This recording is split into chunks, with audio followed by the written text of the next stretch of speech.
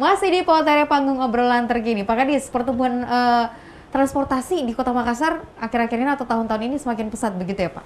Makanya banyak ya kendaraan-kendaraan pribadi, kayaknya semua orang mungkin karena penghasilan udah banyak gitu ya. Kalau tadi kita sudah bicara Pak Oga, ini orang-orang yang akhirnya bisa punya kendaraan pribadi gitu ya, terus lupa sebenarnya nggak boleh parkir sembarangan di jalan, makanya Dinas Perhubungan sering ini ya, gembok kendaraan pribadi di jalanan. Sehari bisa berapa nih yang salah satu persoalan sanksi utama ya, main problem masalah jalan.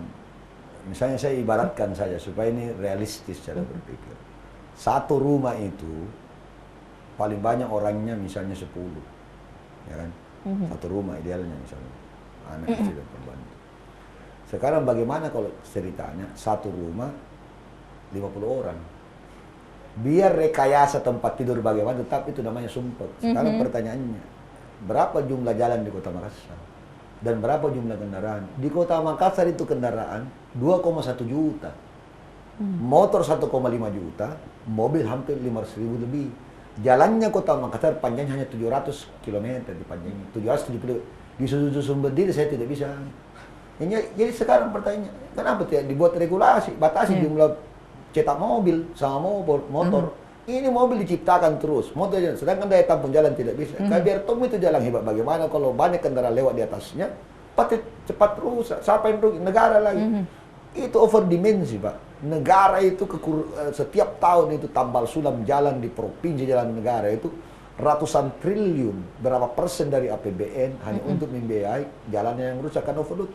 Tapi perlu diimbangi untuk regulasi. Sekarang motor ada semua jenisnya. Tidak ada yang sekarang tidak punya motor satu rumah tak 5. Jadi di satu sisi dia mengatakan transportasi, tapi dia juga punya kemacetan. Ya kan? Sekarang tidak ada beli mobil, tidak ada garasinya. Siapa kau bikin susah orang lain? Parkirnya sembarangan. Kau di lorong tinggal beli itu mau misalnya motor, tapi kan ini fakta. Tapi dia bilang orang kan ada uang. Saya tidak. Kamu sekarang mudah mendapatkan sesuatu karena dicicil. Kan begitu jawabannya. Tapi sekarang fakta. Jadi makanya saya bilang, kalau hanya kita mengatakan rekayasa, perbaikan jalan, tapi regulasi mengatur jumlah kendaraan yang overload, itu tidak bisa. Makanya saya ambil menganalogikan tadi tentang di rumah.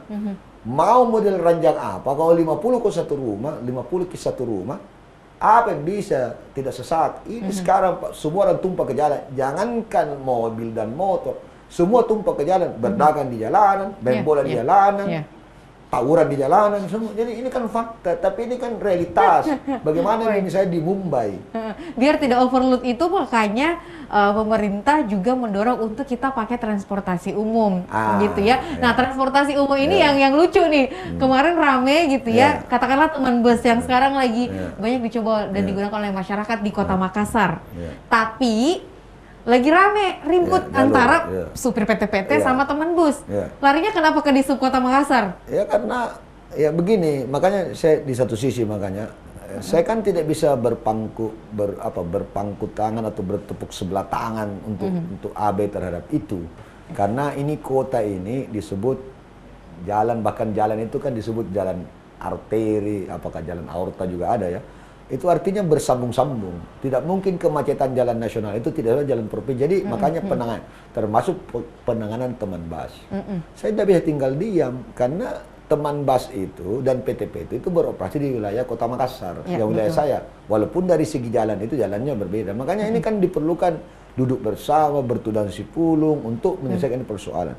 Karena ini persoalan kita semua. Maka saya juga harus mengambil peran di situ, bahwa kita harus mempertemukan, karena teman-teman dari PT-PT satu dengan yang lain untuk dijadikan titik temu. Kenapa?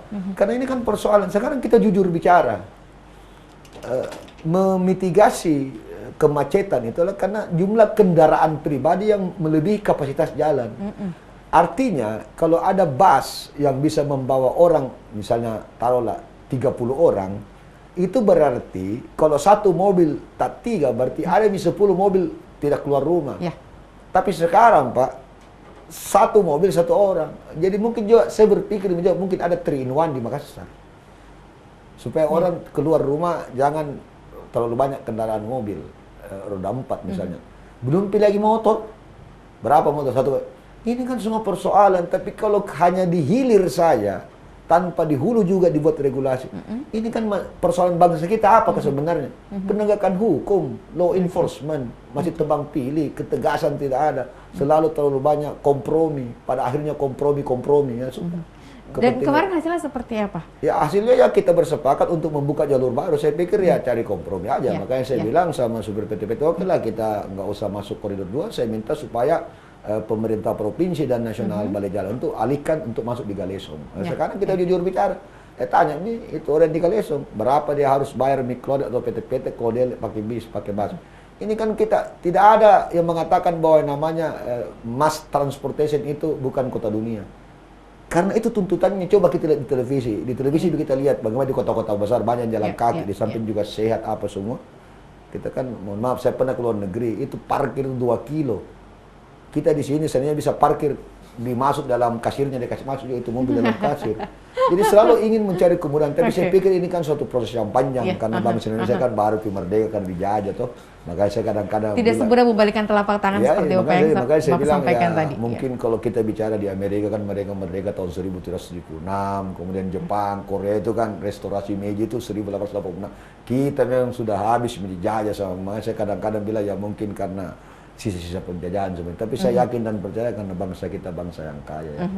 Walaupun banyak yang korupsi tapi masih kaya. Jadi saya pikir kita bersyukur. Jadi saya pikir ini satu fenomena dan terus terang saya secara pribadi saya pikir ini tantangan bagi saya. Dan kedua ya saya jujur aja. Saya harus mengakui kelemahan saya karena kita mesti malu daripada kita harus mau dipuji-puji bilang hebat. Makanya Pak Wali Kota selalu menekankan ya kita harus bekerja dengan baik, bagaimana mewujudkan visi dan misi Kota Makassar itu yang hampir 20 poin itu.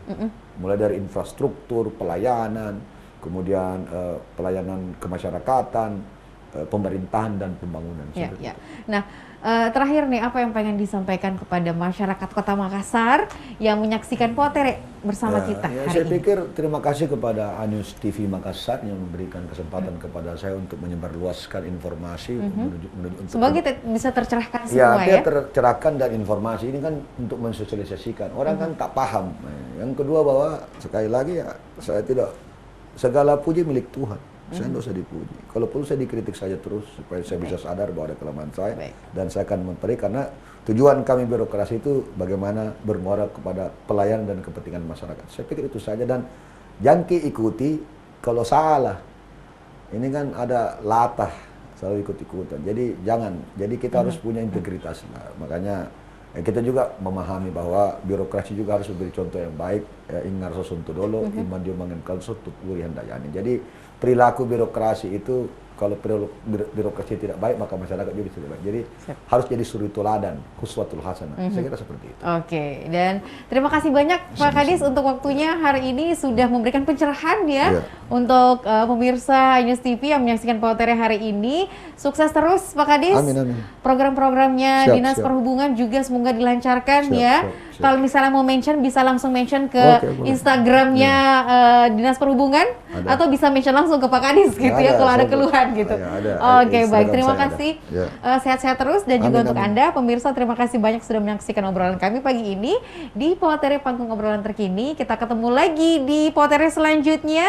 Pastinya hanya di News TV Makassar. Saya Rifa Majid pamit. Pak Kadis, Pak Iman Hud juga pamit. Terima kasih. Assalamualaikum warahmatullahi wabarakatuh. Salam Maki, tabada salama.